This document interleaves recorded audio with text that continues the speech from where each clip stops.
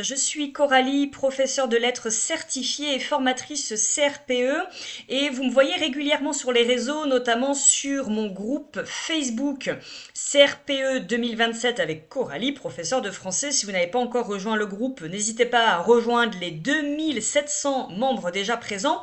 Vous me voyez régulièrement sur les réseaux proposer du contenu, des ressources gratuites pour vous aider à réviser l'épreuve écrite et orale du CRPE, épreuve de français, comme vous l'aurez compris. Et je propose également des cours en ligne pour vous former et vous accompagner jusqu'aux portes du concours. Je vois régulièrement des inquiétudes sur les autres pages dédiées au CRPE concernant l'épreuve orale de français du concours L3, concours Bac+3. J'ai décidé, et vous avez été plusieurs aussi à m'écrire en privé pour me demander des éléments de correction du sujet 0 pour lequel on ne trouve pas de correction concernant le texte de Joseph Kessel. Alors, à l'épreuve orale du concours, de l'épreuve orale de français niveau L3, vous avez deux types de sujets en français. Un sujet plutôt littéraire ou alors un sujet plutôt linguistique. Dans le sujet littéraire, on vous demande de maîtriser l'interprétation littéraire, les genres littéraires, leurs caractéristiques, et on vous demande de maîtriser des notions comme les points de vue du narrateur, par exemple les temps du récit, les valeurs des temps, toutes ces choses-là. Côté sujet plutôt linguistique, on vous demande de porter un regard constructif et bienveillant sur la production d'un élève et d'apporter des éléments de réponse à des questions, de créer un exposé par rapport à des questions qui sont davantage orientées sur l'étude de la langue et le lexique.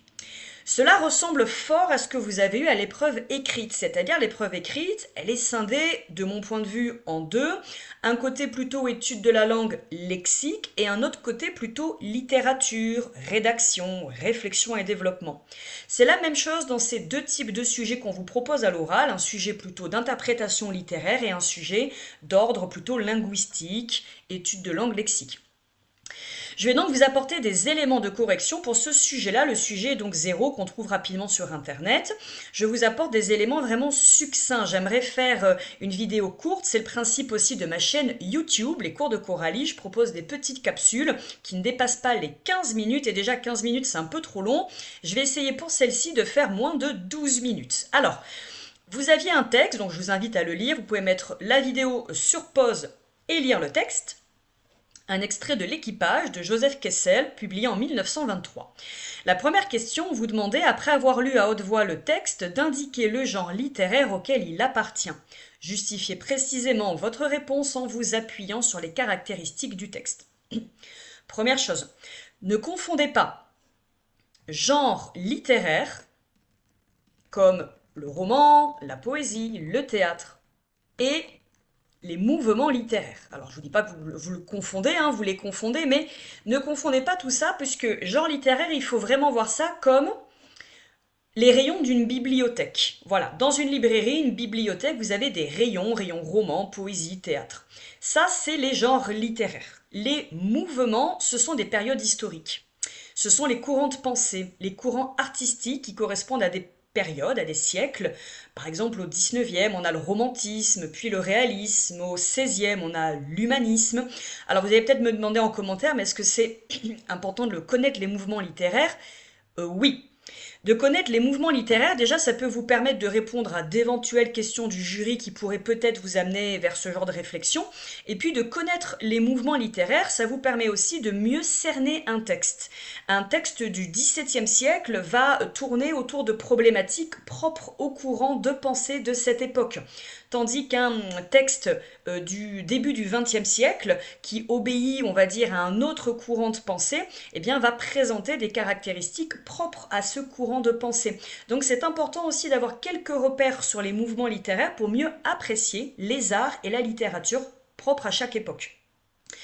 Allez sur mon groupe CRPE 2027, j'y ai partagé des fiches, sinon vous m'écrivez un message et je vous les envoie, des fiches repères que j'ai créées pour mes élèves de lycée, donc je vous les partage aussi, sur les mouvements littéraires et les genres littéraires aussi, et j'ai combiné les deux pour vous permettre d'avoir une approche globale et la plus efficace possible de la littérature à travers les siècles. N'hésitez pas à me contacter en privé pour avoir ces fiches. Ici, on a affaire à un extrait de roman. Je vais le justifier très rapidement. Première chose, regardez ce qu'il y a autour du texte. On vous met entre parenthèses qu'on est au début du chapitre 1. Les chapitres, c'est propre au roman. 2. Pour avoir un roman, il me faut un narrateur. Ne confondez pas narrateur et auteur. L'auteur, c'est Joseph Kessel, c'est celui qui écrit l'histoire, tandis que le narrateur, c'est cette voix qui raconte l'histoire.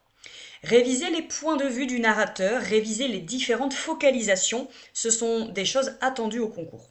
Ici, nous avons un narrateur omniscient. Un narrateur omniscient, c'est quand le narrateur connaît toutes les pensées de tous les personnages présents sur scène, enfin dans la scène. Le père, la mère et les deux frères, on sait qu'ils sont tous pris par l'émotion de ce départ. On a donc affaire à un narrateur omniscient. Il y a aussi des narrateurs externes ou internes. Maîtrisez bien les différents points de vue du narrateur. Donc un point de vue, un narrateur, c'est indispensable pour écrire un roman. C'est ce qu'on a ici. Troisième chose, pour faire un roman, il faut alterner, enfin on alterne la plupart du temps entre récit et dialogue. Ici, on a des passages de récit, c'est lorsque le narrateur va raconter les événements, les actions qui s'enchaînent, entrecoupés de passages de dialogue. On appelle ça aussi du discours et on le repère grâce aux guillemets et aux tirets. L'alternance entre récit et dialogue, c'est typique du genre romanesque. Enfin, dernier élément de réponse, pour faire un roman, il me faut une histoire et des personnages. Ici, j'ai 4 personnages principaux, une famille, père, mère et les deux frères, Georges et Jean. Et j'ai un début d'histoire. On a 2 garçons qui quittent le foyer, enfin surtout Jean qui quitte le foyer accompagné par son frère Georges. Et à la toute fin, on vous laisse une dernière phrase, on nous dit que les 2 frères roulaient à travers des rues, que la guerre et la nuit dépeuplée. Le roman étant écrit en 1923, on peut légitimement penser que l'intrigue, ici, c'est le fait que Jean quitte le foyer pour sans doute s'enrôler dans la guerre avec son frère, probablement la Première Guerre mondiale. On peut légitimement l'imaginer. En tout cas, dites-vous que si on a arrêté l'extrait sur cette phrase-là, ça n'est pas pour rien. Placez-vous toujours dans la tête de ceux qui font les sujets de concours. Si on a arrêté le texte sur cette ligne-là, c'est qu'il y a un indice. L'histoire est lancée, c'est sans doute l'histoire de 2 frères qui s'enrôlent dans la guerre. Donc j'ai des personnages, j'ai une intrigue qui est lancée, j'ai un narrateur, je suis dans un chapitre, j'ai une alternance entre récit et dialogue, tout cela me permet de justifier que je suis dans un roman. Question 2, on vous demande de dresser le portrait de Jean en vous appuyant sur tous les indices donnés par le texte. Alors ma caméra va disparaître momentanément puisque je vais surligner avec vous dans le texte toutes les preuves qui me permettent d'alimenter le portrait de Jean et de le construire. Pensez à constamment citer le texte à l'appui quand vous répondez aux questions. La première justification, excusez-moi, c'est de préciser que on a des informations sur la famille de Jean, et ça va constituer son portrait. Un personnage se construit aussi par rapport aux autres et à son entourage. Jean a une maman, un papa, il a également un frère, on se doute que c'est Georges, puisqu'après, on nous dit que voilà, Jean sourit à son frère, qui vient le chercher en voiture. Voilà, les 2 frères, je vais un petit peu vite, il y a sans doute d'autres indices, mais c'est vraiment pour faire quelque chose d'assez court. Donc on voit bien que Jean a père, mère et frère, et on se rend compte que Jean est également jeune. Ligne 6, on nous dit le jeune homme, la mère le considère comme un grand garçon, enfin qui veut jouer les grands garçons en partant de la maison. Et puis, donc ça c'est du point de vue de la famille, donc ça permet de créer le portrait de ce garçon. Et puis on se rend compte aussi que Jean essaye de faire bonne figure devant ses parents. On se rend compte que Jean retient son émotion. On nous dit qu'il baisse la tête pour ne pas voir le difficile sourire de sa mère. On nous dit que Jean compte les secondes. Ces dernières secondes qui lui paraissent une éternité, et qu'il attend d'avoir franchi le seuil de la porte pour pouvoir faire retomber sa tristesse. Alors, Jean contient son émotion devant ses parents, par souci peut-être de pudeur, peut-être par souci d'orgueil, vu que la mère, ligne 5, considère que Jean se comporte comme un grand garçon, c'est peut-être aussi une marque d'affirmation de soi, comme quoi, voilà, quand on est un adulte et quand on est un homme qui s'apprête à faire la guerre, eh bien, on ne montre pas ses émotions, on essaye en tout cas de rester fort, même si c'est faux. On se montre d'une certaine manière viril. Donc est-ce que c'est par souci également d'orgueil ou plutôt de pudeur? Peut-être que parce que Jean ne veut pas blesser son père et sa mère, il se montre alors faussement fort devant eux. Voilà, vous pouvez aller, je pense, sur plusieurs pistes interprétatives. Le tout, c'est que vous le justifiez constamment avec le texte à l'appui. Voilà, on nous dit que voilà cette attente, hein, ces départs paraissent, ces instants paraissent longs, l'attente est intolérable, et puis voilà, on nous dit que Jean a la gorge soudainement nouée et qu'il ne voulut point qu'on le vît faiblir.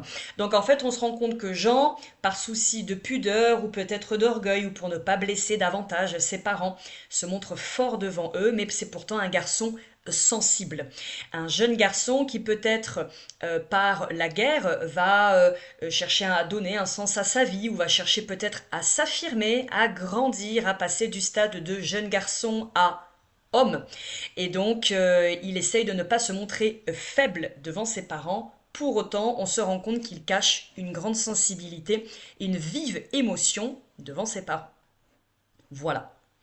Si vous avez des questions, n'hésitez pas. Et enfin, la numéro 3, on vous demande d'indiquer lequel des deux documents B ou C vous semble le mieux illustrer le texte. Apportez des arguments précis à votre réponse. Vous aviez deux peintures. Une de Rubens qui vous montre un récit de la mythologie entre Achille et Hector. Ici, c'est référence à la guerre de Troie. Et une autre où on vous montre l'adieu du conscrit, donc un jeune homme qui fait ses adieux visiblement à sa famille. Entre les deux documents, pour moi, c'est le document C qui est le plus pertinent. Pourquoi? Le document B vous montre deux hommes en train de combattre. C'est un peu trop tôt, c'est un peu anticipé, c'est trop anticipé pardon, sur le texte que l'on vous donne. On se doute que Jean et Georges partent faire la guerre, mais on n'en est pas là à ce moment-là dans le texte. La guerre survient sans doute après. Le document C paraît davantage correspondre au texte, puisqu'il est question de faire ses adieux. On fait les adieux à la famille. Là, vous auriez pu prendre dans le texte la réplique de la maman. Alors, décidément, tu veux partir seule. Le signe du départ marqué la maison. Voilà, vous auriez pu prendre 2-3 passages encore dans le texte pour prouver qu'il s'agit d'un départ douloureux. Alors là, on a l'impression sur l'illustration que tout le monde fait bonne figure, les couleurs sont vives, sont chaudes, on voit que le tableau est baigné dans une ambiance très chaleureuse. C'est ce qui se passe également dans le texte. Je pense que vous avez tous compris que dans cette scène, tout le monde joue un peu la comédie, on se force à paraître de bonne humeur, on cache sa vive émotion pour ne pas en rajouter. C'est un peu ce que représente le tableau. On a l'impression que les départs se font dans la joie et la bonne humeur, mais sans doute que l'émotion est bel et bien là, mais elle est voilée, elle est camouflée.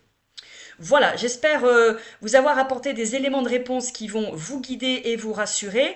N'hésitez pas si vous avez d'autres questions, des suggestions, des choses pour compléter mes propos auxquels je n'ai pas pensé. Voilà, laissez tout ça dans les commentaires ci-dessous. À bientôt sur Facebook si vous voulez rejoindre mon groupe CRPE 2027 ou bien sur ma chaîne YouTube. N'hésitez pas à aller fouiller, il y a plein de choses pour vous. À bientôt.